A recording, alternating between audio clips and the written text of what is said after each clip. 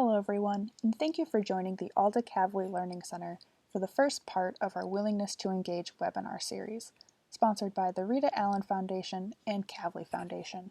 We are excited to have three great panelists join us to discuss the indirect impacts of science communication training on scientists' intention to engage with the public. Our first panelist is Nicole Bennett. Bennett is a doctoral student who researches science communication in the Stans Richards School of Advertising and Public Relations at the University of Texas at Austin. Our second panelist is Jacob Koppel, who is a doctoral candidate in the Stans Richards School of Advertising and Public Relations. Koppel's research interests include examining scientists' public engagement, public opinion of science, and quantitative methodologies. Our moderator for today's session is Dr. Anthony Dudo. He is the Program Director for Science Communication at the Center for Media Engagement and is an Associate Professor in the Stans Richards School of Advertising and Public Relations at the University of Texas at Austin.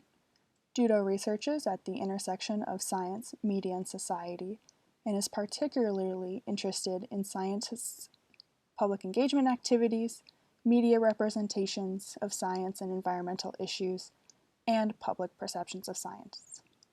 We hope you enjoy this webinar, and please feel free to pose any questions or continue the conversation in the comments section below. Thank you. So I'll be talking to you today about indirect effects of science communication training on scientists' public engagement. I am Nicole Bennett. I will be handing over the presentation to Jacob Koppel, and we have Anthony Dudo here as well to help us during the Q&A section. I also want to mention the other co-authors that are on this research that we're going to be sharing today. Wonky Moon, Todd Newman, John Besley, Nicole Levy, Laura Lindenfeld, and Chris Volpe. And we also want to thank our funders, Rita Allen Foundation, Kavli Foundation, Chan Zuckerberg Initiative, and Burroughs Wellcome Fund. So today's agenda, just to kind of orient you to the run of show, I'll be setting us up with some context. I'll be talking about what we know about scientists, the factors that influence scientists' willingness to engage with the public, as well as some of the thinking that has happened before on how training may affect this willingness to engage. Setting the stage for our main question, how does training affect scientists' willingness to engage? I'll hand it over to Jacob and he'll give us more details on the study itself. You can see a picture of the study here. Contribution of training to scientists' public engagement intentions, a test of indirect relationships using parallel multiple mediation. Don't worry if it's your first time seeing parallel multiple mediation. Jacob has a very intuitive description of that. Or if you want to get quite geeky with us about that, well, we're also happy to talk about it during the Q&A section. Jacob will then take us into future directions and we'll open it up to questions from everyone. I'm excited to be in conversation about this study. So here, we'll start off with some context. There's a growing expectation that scientists will engage the public on scientific topics. The picture of the virus that has been affecting every part of our lives is no accident on this slide.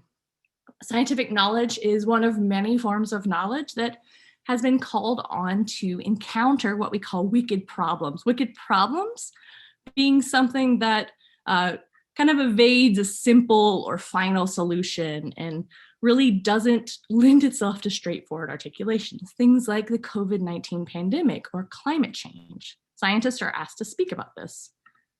And so there are growing expectations that scientists will actually engage with the public on these scientific topics. This might be informing policy with their research. It might be defending against misinformation online. This is also happening concurrently with the decline of traditional science reporting offices, but also the rise of online platforms. Institutions are also more frequently prioritizing public engagement through promotion and funding. And I have one of my favorite exemplars here, Raven the Science Maven, with her TikTok antibody yada yada, talking about how vaccines work and how immunology works. And another piece of good news that I'll share while setting this stage is that scientists are answering this call. There's a lot of large-scale survey results that show that scientists are placing a higher priority and value, and they tend to value and enjoy this public outreach.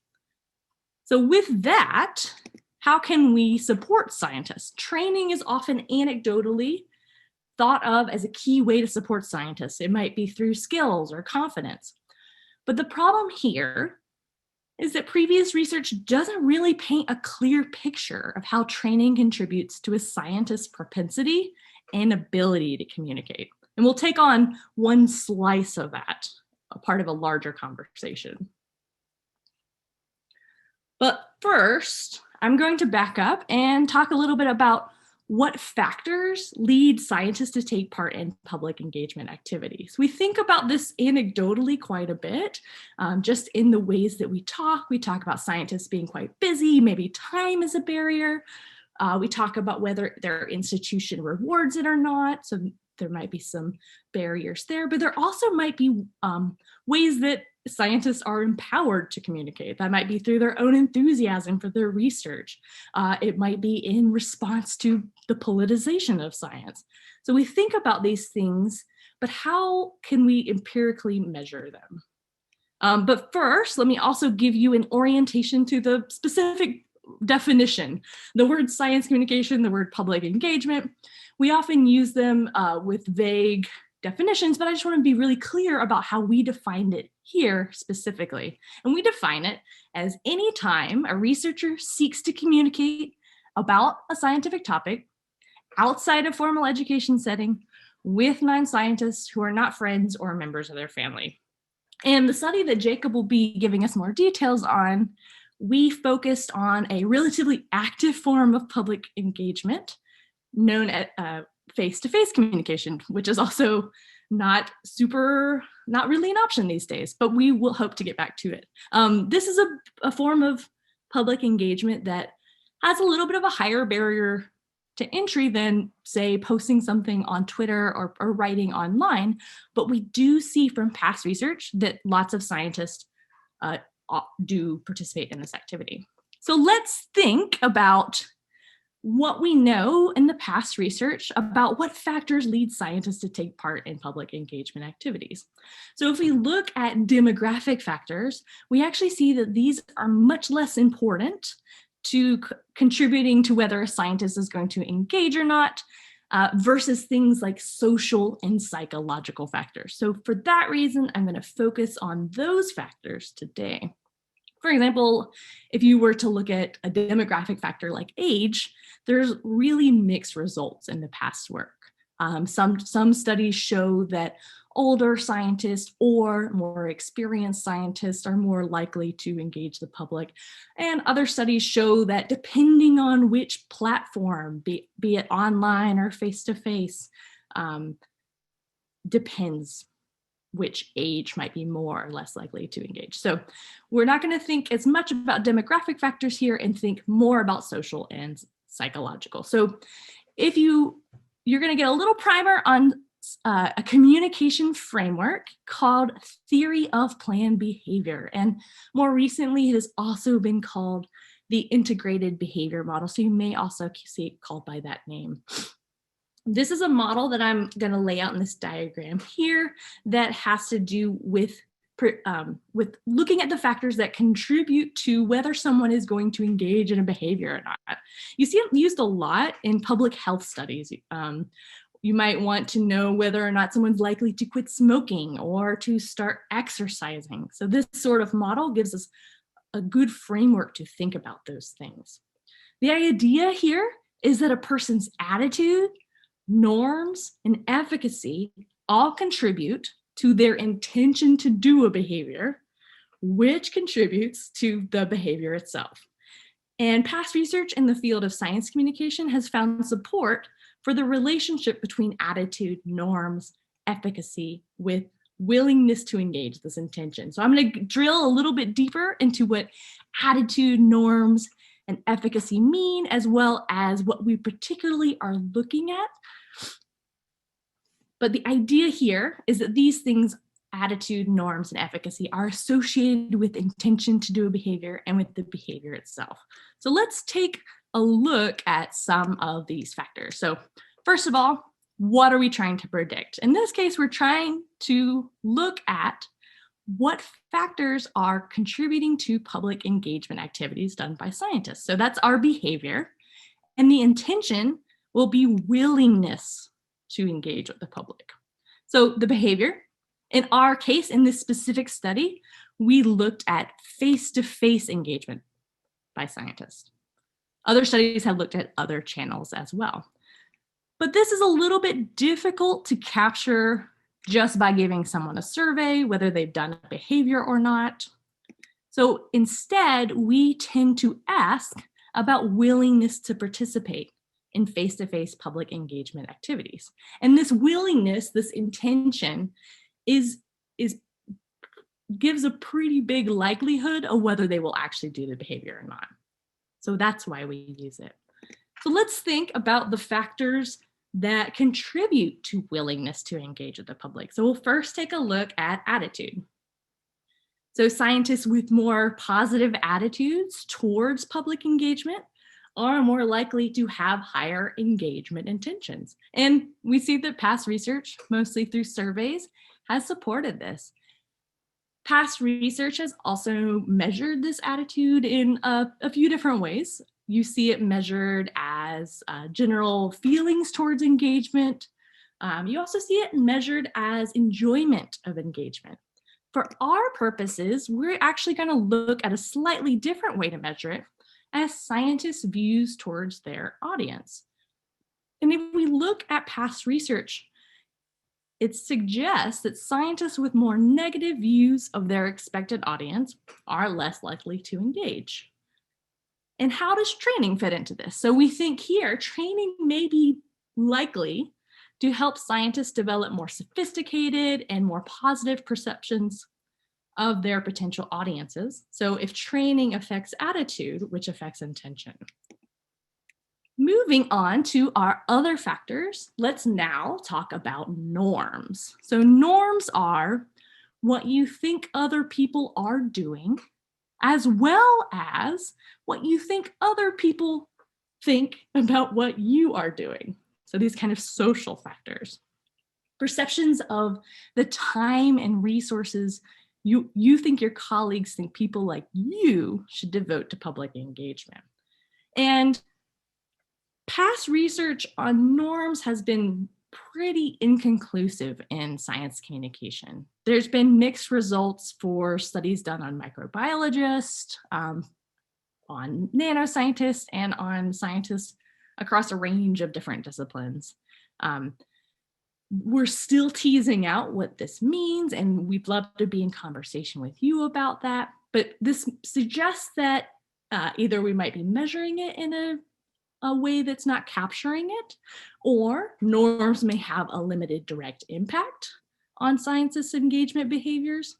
Another way that we think about this is that there may be an indirect influence on training, and that may be able to help us explain some of the inconsistent relationship found in previous literature.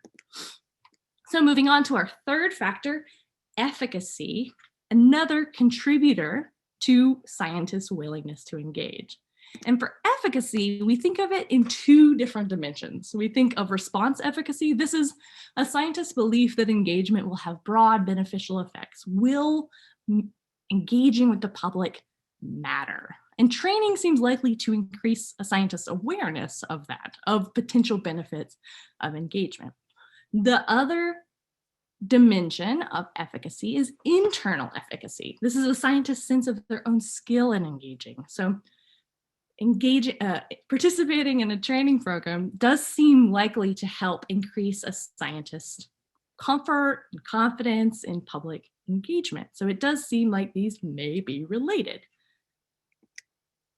So this is our framework that we're using: attitude, norms, efficacy, all contributing to willingness to engage.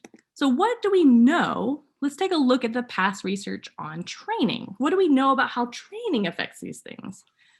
So science communication training may be an important tool in improving the quality of interactions of scientists with the public, but the gap remains here that there's been minimal research assessing these training programs and the extent to which, one, they affect the likelihood a scientist will choose to communicate with the public, and two, impact their audiences. There was a recent study by Rubega and colleagues that looked at number 2 here, and we're also very curious about number 2. But in our study today that we'll be talking about, we'll be talking more about this first one. We're interested in addressing this first research gap. We want to provide a clearer empirical sense of how receiving formal communication training can contribute to a scientist's willingness to participate in public engagement. So what do we know about how training affects this behavior? How does the amount of training relate to a scientist's willingness to engage? And there's a handful of studies that hypothesize and find that there is a direct link between training and behavior. That is, the more training a scientist receives, the more willing they are to engage with the public. A pretty straightforward way of thinking about it. However, science is not a single study way of viewing the world and encountering the world, and it's based on consensus. So we also have to look at the entire range of literature, and there's lots of other studies that don't find a direct link. For example, if you look at the amount of communication training done by nanoscientists, you don't find that it to be significantly linked with willingness to engage. And that particular study looked at face-to-face or mediated communication. There's another study on microbiologists that looked at online or face-to-face. Also didn't find a direct link. And studies that have been done on which objectives that scientists use, which ones they prioritize in their online or in their face-to-face engagement, that study also didn't find this direct link. So what is going on here? Some studies are finding a direct link, others are not. We are very curious as to what is going on here. And one way we have approached looking at this is perhaps a reason for these inconsistent results is that this link is indirect. So the theory of planned behavior, the efficacy, norms, and attitude that I talked at earlier, what if that is a mediator in between the amount of training and the willingness to engage? That is, what if this relationship is indirect? What if the amount of training influences those factors, attitude, norms, efficacy, and then those factors in turn influence willingness to engage? This will give us a more nuanced view of how science communication training may affect a scientist's engagement behavior. And Jacob is going to give us more details on that because that is what we looked for in this study. So to kind of orient you to what you're about to hear, we investigated the indirect effects of training on a scientist's willingness to engage, mediated by these factors: efficacy, norms, and attitude. Spoiler alert, the title of the talk, we do find some indirect effects. And what I'll do now is I'll turn it over to Jacob, who will lead us through the study and paint a more detailed picture about how the study was conducted, what we found, and what implications we can make of these findings. So I'll stop sharing there and hand it over to my colleague, Jacob.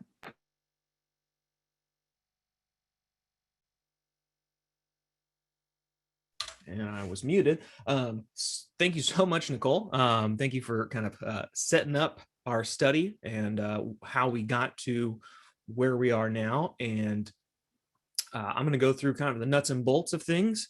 And so let's get started. I got to click on this screen. So first, I want to highlight our sample. This was a sample of 62 of the most research prolific universities. They're a part of the Association of American Universities, AAU. If you work in academia, you know what this means, but these universities usually get more PhD students, and they have more research funding. They get more grants, so they output more research. And these are the scientists that we wanted to highlight, that we wanted to look at. Scientists that were actively researching, that were tenure track, so they maybe teach a class or two, but most of their job is researching. And we wanted to find out that link or get those people, because we really want to draw this line from basic research to public engagement with science. And there are some other scientists that do really great work in public engagement, but they're not as research heavy. And so our sample wanted to look at that kind of, not to rank scientists, but that top tier of research output. And so we gathered around 6,800 emails that were collected manually by two researchers, one of them being me, and that was fun.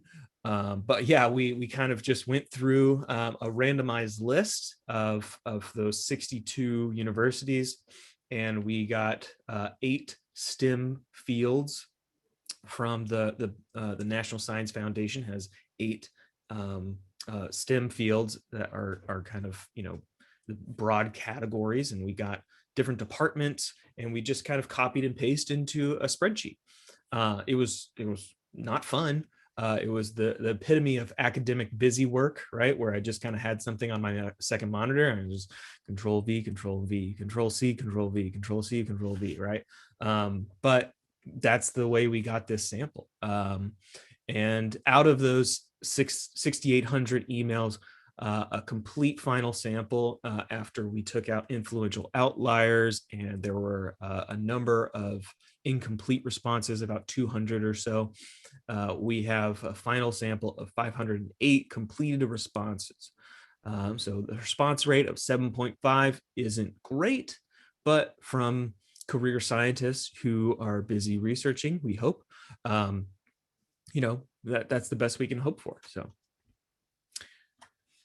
And so here's a little snapshot. It's fairly homogeneous, as you can see. 68 majority male. Average age was 55. The low end was 31, and the high end was 87. Most people were in about 12 years of that 55 number, as that standard deviation measure indicates. And then we have 80% white. So mostly old white men. And I hate to say that, but that's pretty indicative of scientist samples. It's a typical sample, unfortunately, and this was a solid representation of those 62 universities. We have 7% Asian, and then all the other races and ethnicities we asked about were 6%. So underwhelming, but the sample strength here is in its non-convenience sampling. And so this was not just something that we had on hand that we could get quick. It took some work to get, and there was some randomization within some weighted categories, like whether they were a private or a public university, their rank, if they were assistant level or associate level or full professor. And so this is a much stronger representation of the field of research scientists than we could have just easily grabbed something from a society and said, hey, can we get a sample of your scientists?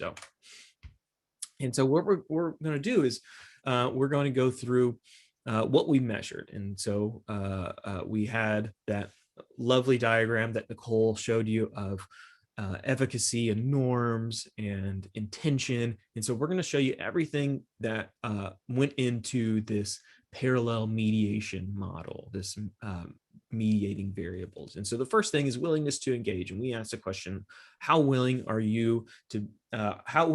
you be to take part in face-to-face engagement where you discuss science with adults who are non-scientists? And as you can see, we have a lot of very willing participants. We have that mean down at the bottom. I'll have those for every score of about 6. So most people are willing to do it in this sample, which is great. That's what we want to see. We had a measure for internal efficacy. These were measured with questions about, I'm skilled at this type of public engagement activity. I'm able to talk about how my area of expertise fits into the broader scope of science, broader concept. A little bit more scattered here, but we still have a strong mean here at 5.4, with most responses within about 1 to 3 or 1.3 points of that. And we have response efficacy. So a lot of times this is called external efficacy. These are the external factors that may influence your behavior. And we ask questions. This type of engagement activity can make a difference in society, right? Me going to a museum and talking about my research will help the people that attend. Or me doing a Zoom panel will help the society, right? And then we did ask questions that were reverse coded. You can see that little asterisk down there. This type of public engagement activity is probably a waste of time. And so what that means is that we ask that question how it is on the screen, and then back in our data analysis, we flip those answers so that everybody that answered a 1 now answered a 7, a 2 to a 6, and so on and so forth. And what that does is that points every variable that we have into the same range, right? So that if you answered a 1 on this, if I said is probably not a waste of time, you would have ideally answered a 7. And hopefully that makes sense. I'm happy to explain that. And that's pretty common in social science research, that kind of keeps the respondents on their toes in the sample, in the survey. So norms, we also had a couple of questions on norms. We collapsed these into a 5-point scale because it just kind of made more sense. And these are asked, how much time would your colleagues think people like you should devote to public engagement? Less time being on the right end, more time being on the right end. And this should actually just say less and more. Apologize for that, because our second question asks about amount of resources. So same concept here, less resources, more resources that your colleagues think you should devote to public engagement. And so this is kind of that social factor, is like, okay, what do other people think I should be doing when it comes to public engagement? Attitudes towards the audience. We have questions like, my audience would understand what I have to say, and they would treat me with respect. And then again, a reverse coded item, they would be rude. And so we've flipped that to indicate more of the variable towards this positive end. And so a little more balanced here.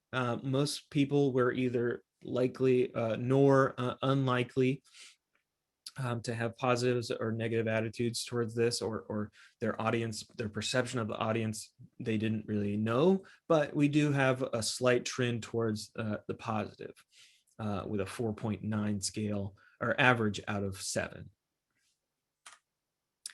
We got past training amount. So we did want to see how much training people had to measure our to serve as our what's called our antecedent variable in mediation analysis. That's the variable that is on the left side of your screen that kind of starts it all. And you saw that diagram that I'll go through in the last section of Nicole's part of the talk. And so what we measured is no training, at least a half day, and then a day or longer. We collapse these down for this discussion. We do have a more detailed representation of these, but it really started to trail off after we got to a day or longer. And so for simplicity's sake, we just collapse these into 3, and you'll see how that makes sense when we go through the implications in the future research. So this question was asked, how much communication and public engagement have you had in your professional career? So out of your entire professional career. Our last question was the amount of past engagement. So how often have you taken part in face-to-face engagement activities focused on the adult public in the last 12 months, in the last year? And this was asked in, I think, late 2018 is when we first fielded this survey.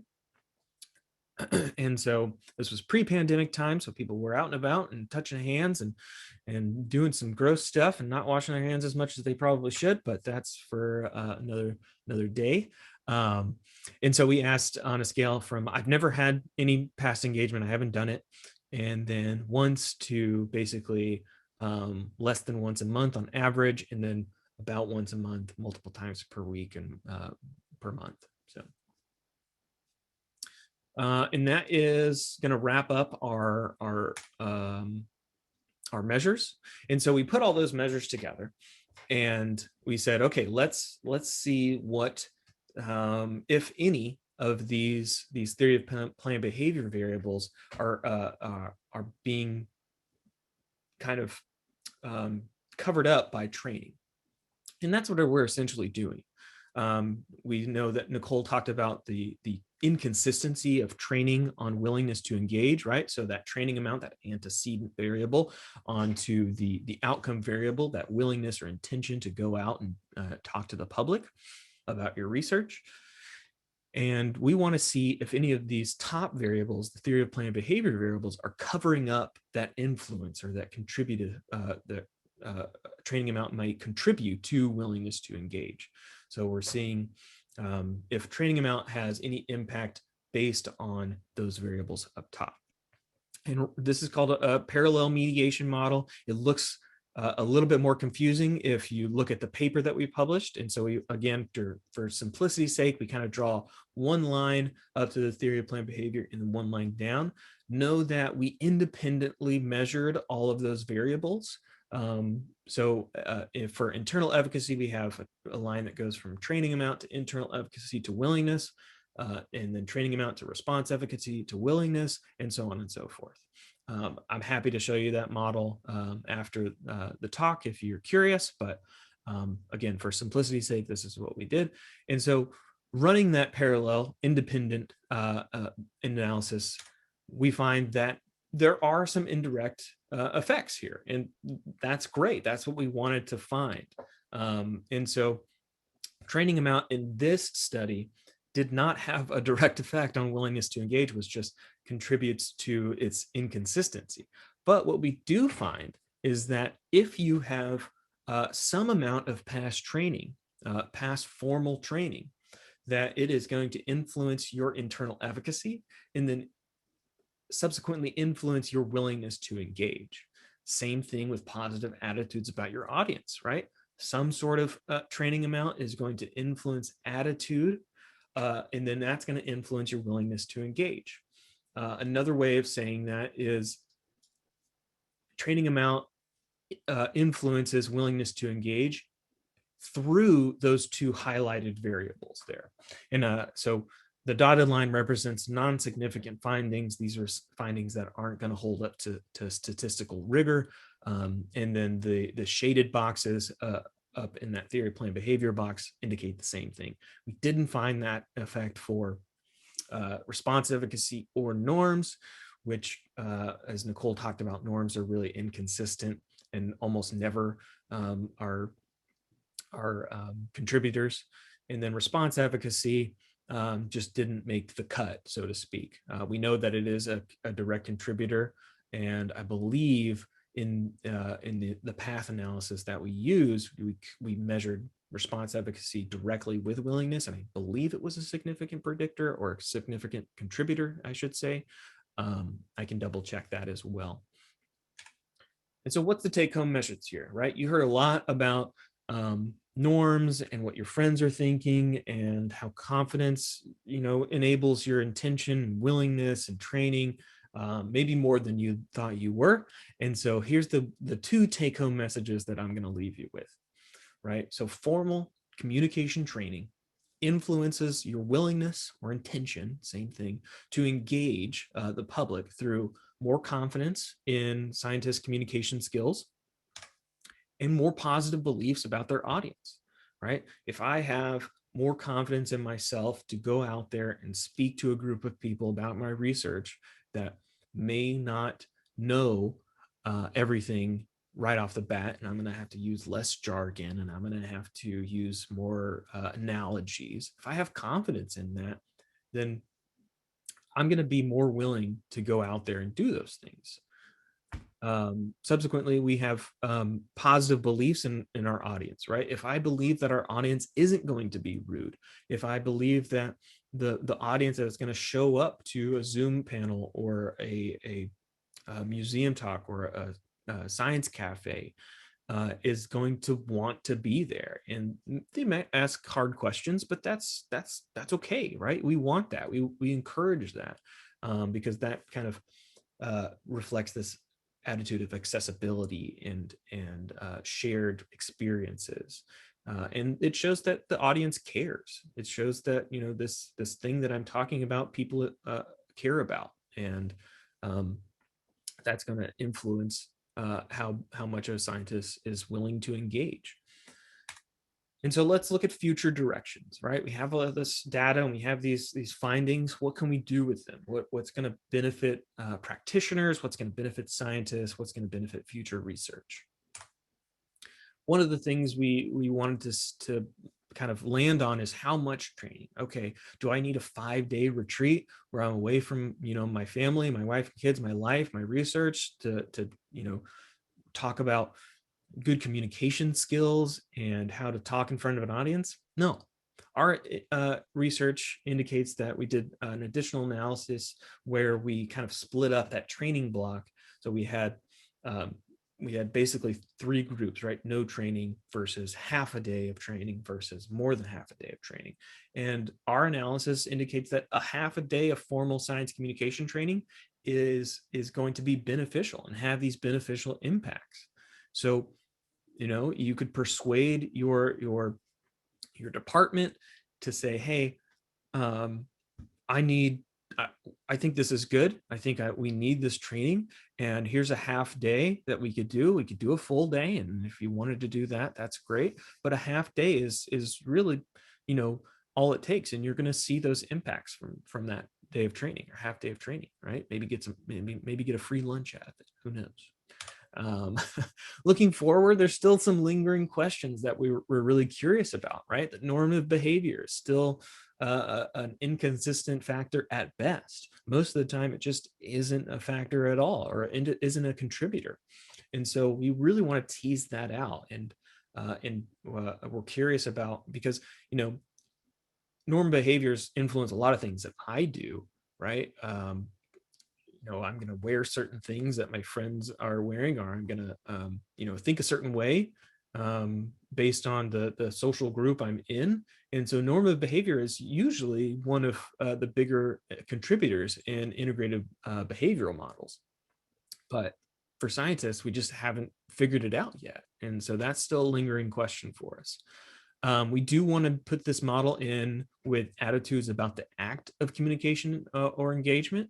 That should still be looked at. We only looked at attitudes toward the audience, which is a big factor, right? If you don't want to talk to the group of people, if you're going to talk to a group of, you know, flat earthers or people that are interested in science, you know, some of them might have some crossover, but one is going to be more combative than the other. And you might have more positive attitudes towards a less combative audience. So bringing up those positive attitudes, we are really interested in both sides of that coin. And then different mechanisms may affect underrepresented scientists. We looked at, you know, a good representation of the research scientist as indicated by our sample, but it was fairly homogenous. It was, you know, it was white men in their 50s, give or take. And so we want to really look at underrepresented scientists that are Black, female, Asian representations, Hispanic representations, and everywhere in between. So that's still a lingering question for us. And with that, we'll open up the Q&A. Thank you so much for listening. We really appreciate it. This is really exciting for me and Nicole as we kind of are on the tail end of our PhD programs. And so we'll open up the floor to questions. I see a lot of them popping up in the chat. So bear with us. I think this is both our first time working with the Q&A feature in Zoom. So we will go through this, I guess, one at a time. Jacob, I'm wondering if you'd like me to kind of cruise through the Q&A and cherry pick some of the questions and Yeah. read them out and pose them to you and Nicole. I think that would be great. Would that be great? Okay, that takes the pressure off you having to scroll through. There are For sure. a ton of great questions. So of course, I'm going to issue this caveat that we're all used to in Zoom webinars. We obviously can't get to all of them. We have about 10 minutes. There's lots of great questions here. If any of them are burning and we don't get to them, please find us on email and we will continue the conversation with you. So I'm going to go through now and just cherry pick some for you, Jacob and Nicole. So here is one from Brian Lukanen. I have personal experience with faculty who are not very willing to engage in training for public engagement, even from the Alda Center. Do you have any thoughts on getting faculty to be more willing to engage in training? Sorry, I was making sure I was still sharing my screen. Any thoughts on getting faculty more engaged in training? Is that what the question was? Yeah, for those who may be reluctant or not interested, do you have any thoughts on that situation and how to address it? So one of the things that I always am not a champion of, but one of the things that I always like to tell people is not everybody should be a science communicator, right? There are people that do this really well and that are kind of made to shine in the public light, and there are people that just don't like it, and that's okay. We don't need every scientist to be a champion of public engagement. And so you're going to have those faculty members that are just like, I will, but I'll pass on most occasions. And you shouldn't really force them into a box that they don't really want to be in. That being said, I would encourage you to look at that last kind of take-home message that we said about the half day of training, right? It takes a half day of training to benefit from those things. And faculty members that may be reluctant may have some preconceived notion that the public is just going to basically throw rotten tomatoes at them while they stand up in front of an audience. And that's not usually the case. I think those are kind of horror stories where you're talking with a journalist and they're like, okay, they're kind of baiting you into saying something. I've talked with scientists that kind of feel that way. So I would encourage at least a half day of training through the numerous great outlets out there, and including the Alda Center, where we see those beneficial impacts on confidence and those attitudes on your audience. Thanks for bringing up. I think in this, I'm also assuming that this is a faculty individual who is interested in communicating and communicates their science, but doesn't think they need training. And I like what Jacob said about bringing up the empirical evidence. Oh, there's actually evidence this helps, and here's what we know. Another thing that anecdotally, I think sometimes happens, it'd be interesting to dig more into the research, is I think sometimes activities like communication it's hidden that there's actually a science here. So I think sometimes even talking that there is a science of science communication and that we do have frameworks like this, both on the quantitative side and the qualitative, I think that can sometimes open up that communication is not just this thing that people are naturals at, that there also is training and skills sometimes involved. So I think there's also like a demystification of that there's even a science of this. Great. Let me go to a question from one of my BFFs, anonymous attendee, who asks, what benefits do scientists acknowledge that they receive from talking to the public about their research? I don't know that question, or don't know the answer to that question from any research that I've read. I can wax poetic and kind of draw some conclusions. Nicole, do you have any concrete answers for that? Let me make sure I heard the question correctly. What benefits? What do we know about benefits that scientists may perceive as a result of doing public engagement? Yeah, I know that there is some work, I'm specifically thinking of some work done on engagement on Twitter, of whether engaging with the public actually helps me raise my own citation rates, I think the results there are mixed, but I would need to dig in. So I don't want to speak authoritatively about a thing that I would need to revisit. But I know that that's one aspect of it, thinking that it might help my career, might help help the reputation, but benefits. Sorry, was this benefits for self or for? Yeah, benefits for self. Yeah. Yeah. But I can jump in on this really quickly. We actually, in a lot of the survey research that myself and Besley and some of our collaborators have done over the last 10 years in our surveys of scientists, we typically ask at least one question, maybe more, in our surveys that gets at this issue. And what we find that cuts across, frankly, all different scientific disciplines is scientists who have engaged do perceive a benefit. And when we ask them specifically, like, well, personally, has it enhanced your career? Has it enhanced your ability to do science?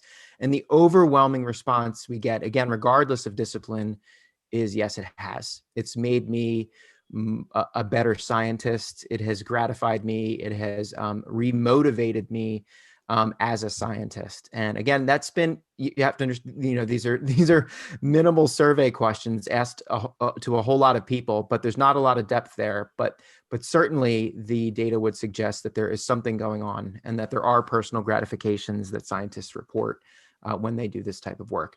That's something that I frequently show when we give talks like this, especially if we're talking to groups primarily composed of scientists who may not have a lot of experience with engagement, is to kind of just illustrate to them, again, at that top level, that, hey, there's a lot of other the scientists who do this come back and they say, wow, that has helped me as a scientist. And that's not relating to anything, about the goals they may have, the external goals they may have for their communication, but just fundamentally about relighting their fire and helping them as a scientist. All right, let's get to another question. We have about 6 more minutes here. There's so many good questions.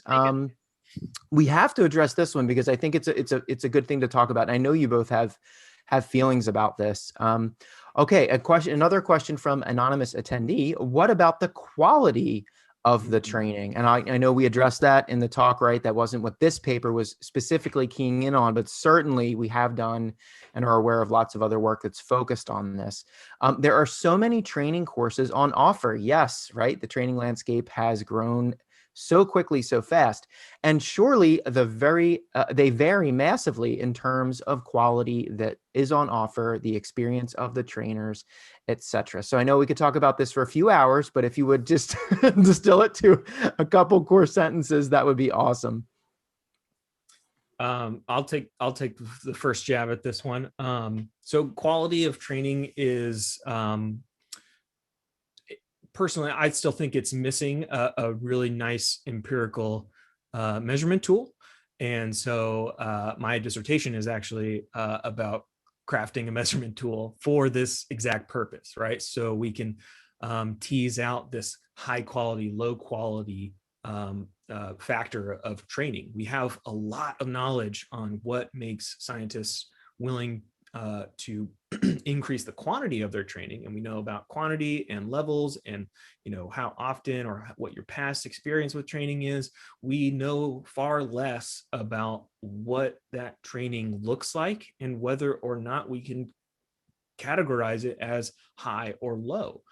And so one way to do that is to look at, how do we measure engagement? What is engagement, right? If you ask 100 different people, they probably will have different answers on what it means to be engaged. They're all going to revolve around this same core concept of attention, and I was mentally, absorbed in the content. They might even use the word engaged. I was engaged in this thing.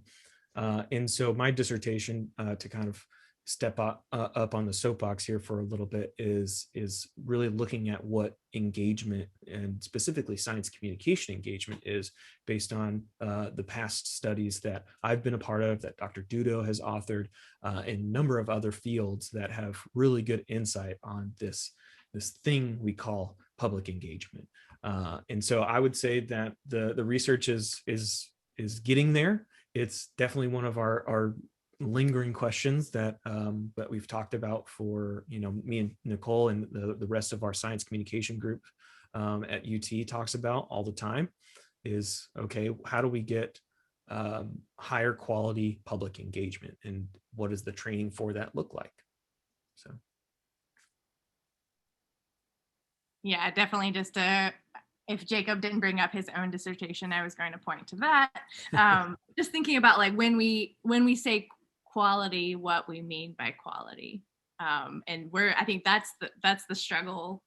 That's the thing that we are thinking about right now is like, what does quality mean? And with particular definitions of quality, what are we potentially missing? I tend to think about things more on the experience of the person taking the training. So I'm thinking in those ways as well. So I have less to say about like how we design those structures like Jacob does. But yeah, I guess the short answer is yes. It massively probably matters what the training consists of.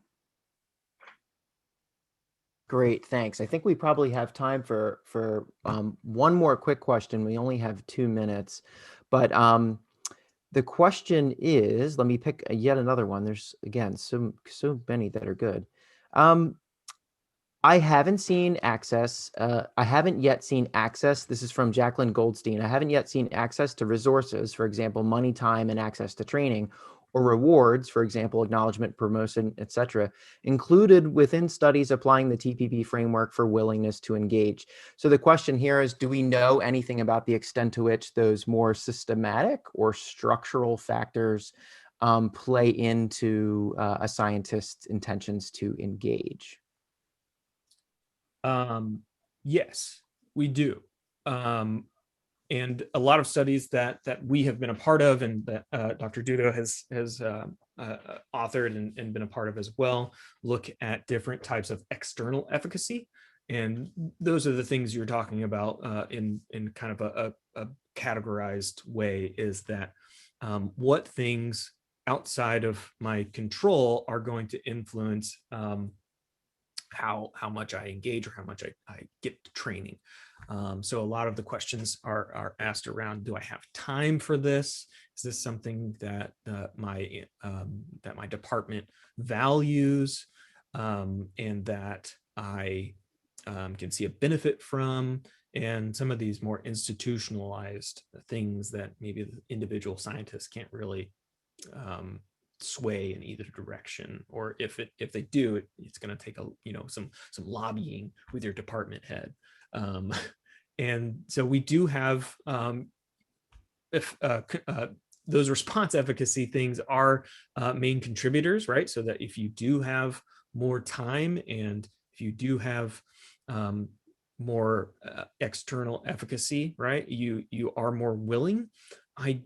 There are some studies, I think out of Wisconsin, that have looked at the different institutional resources given out.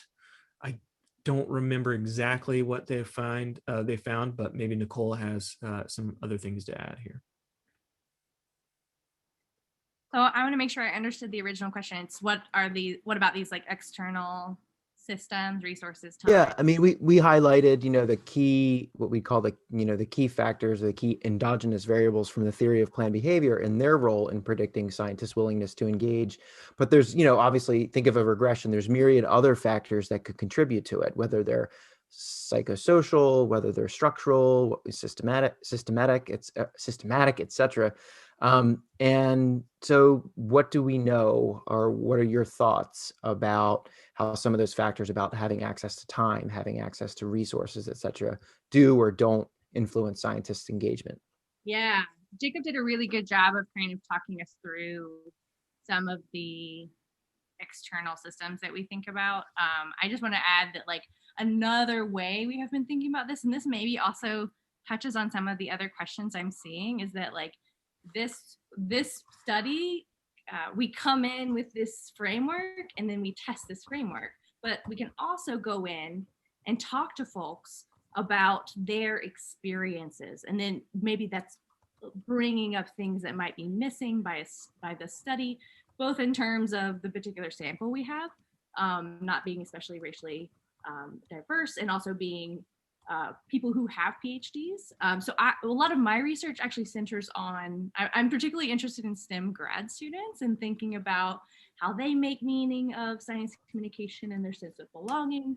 So I'm curious to see what things we uncovered there in terms of what are these external factors that encourage and discourage, especially someone who is a graduate student that's got a very different sense of power within a big institution. We don't have all the answers there yet, but I'm very curious about what is going to come out of this more lived experienced view of these things that can complement some of the work that we have on survey stuff. So stay tuned. That's great. Thanks to both of you. Again, I would really just recommend, because there are so many great questions that we haven't had a chance to get to, please Google Nicole, please Google Jacob, and please send them emails and reach out to them to discuss. I'm looking at all these questions, and all three of us, I think, have a lot to say, both based on our kind of experience, but also based on concrete research that we've done or been involved with, or that we know about. There is a growing amount of research right now focused on this issue of quality. I think we are, as a subfield, finally at the point where we can really dig into training quality and science communication quality and effectiveness after, honestly, decades of work understanding just this ecosystem more descriptively. So it's a really, really exciting time. Yeah, so please reach out to us, and thanks for coming. I'll turn it over to Claire. Yes, thank you so much for joining us today. And those questions there's a lot to unpack here.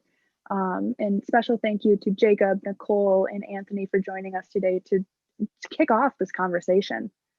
And so we are excited to continue this in our second Willingness to Engage webinar that will happen on March 19th, same time, same place. And this one will feature Chris Volpe and Todd Newman, who are two other authors on the report as well. So if you have not done so already, please head to the aldacenter.org to register. And finally, we'd like to again thank the Rita Allen Foundation and the Kavli Foundation for their generous support to make this webinar series possible. We hope to see you all again in 2 weeks. And with that, stay safe, stay well, and thank you for attending.